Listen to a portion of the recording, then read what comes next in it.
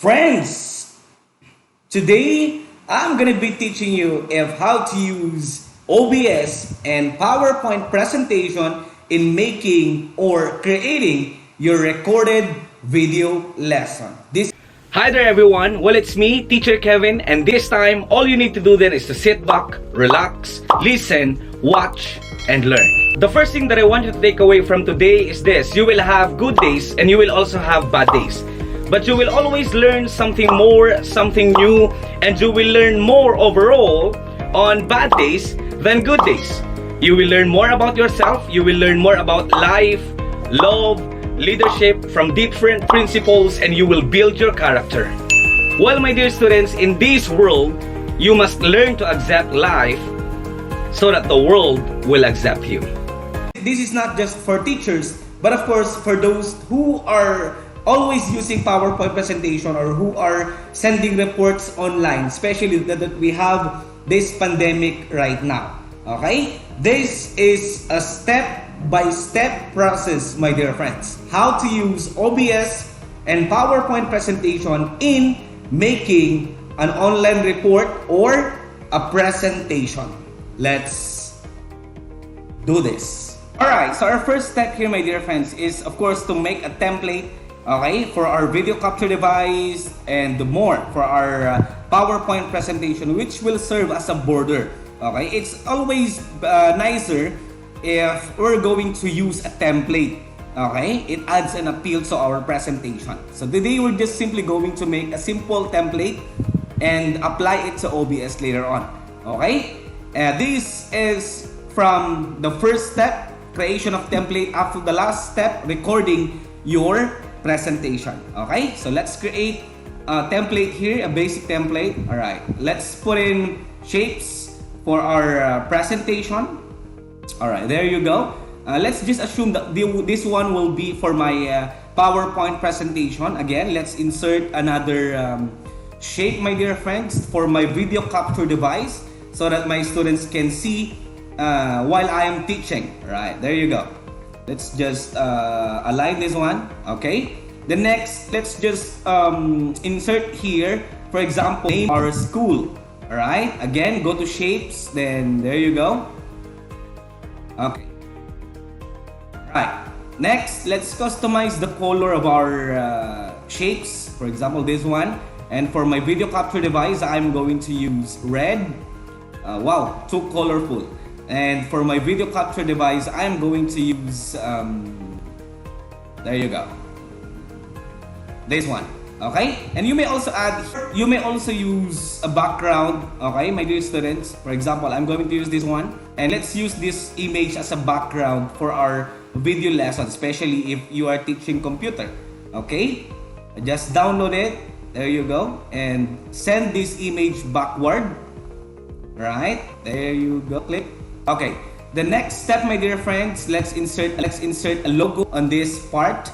Okay, I have here my logo with me, or a simple logo here, my dear friends. All right, let's just assume that this is my logo. This is our logo for now. Okay, let's just put it here. Alright, there you go. You may also customize this one, my dear students, in adding glows, clicking the picture. You may find different options here, picture effects, and more. Okay? The next, my dear students, let's right click on this one to edit text. Let's insert TeacherKevinPH.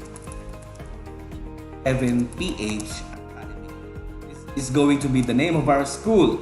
Alright, there you go. Let's enlarge it. Okay. The next, let's change the font color to black for the meantime. As simple as this one. Okay? Let's save this one as a JPEG. You can also create a more interesting template. Okay? Save as, and then browse. I'm gonna put this one in desktop. Okay? Let's just type in template. Alright? Then let's save this one. Save as type JPEG. Save. Okay. The next, my dear friends, let's proceed to OBS. So this is the actual workspace of OBS. Okay. The first thing that we will do here is, of course, to insert the template. proceed with here, add sources, click on this one, then proceed to image. Alright, then click OK. Then let's browse for the image that for the template. If we put it earlier in my desktop, there you go, we have the template. Click open. Okay, there you go. If the size of this one exceeds, just right click it, then hit in transform and click fit to screen. Alright, next, the next thing that we will insert is of course our audio capture device. Alright, plus sign again, then proceed here, audio input capture. Okay, so that we may also capture our voice while we are talking. There you go. Alright, next let's insert our video capture device.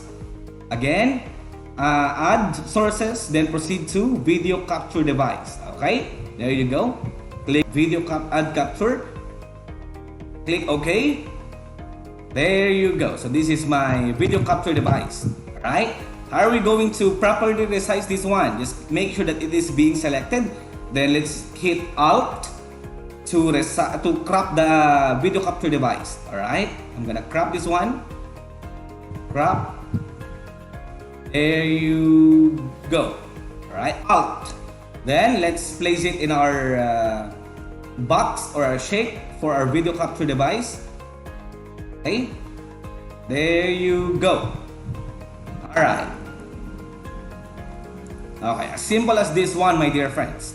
Next, the most important part, it's our PowerPoint presentation.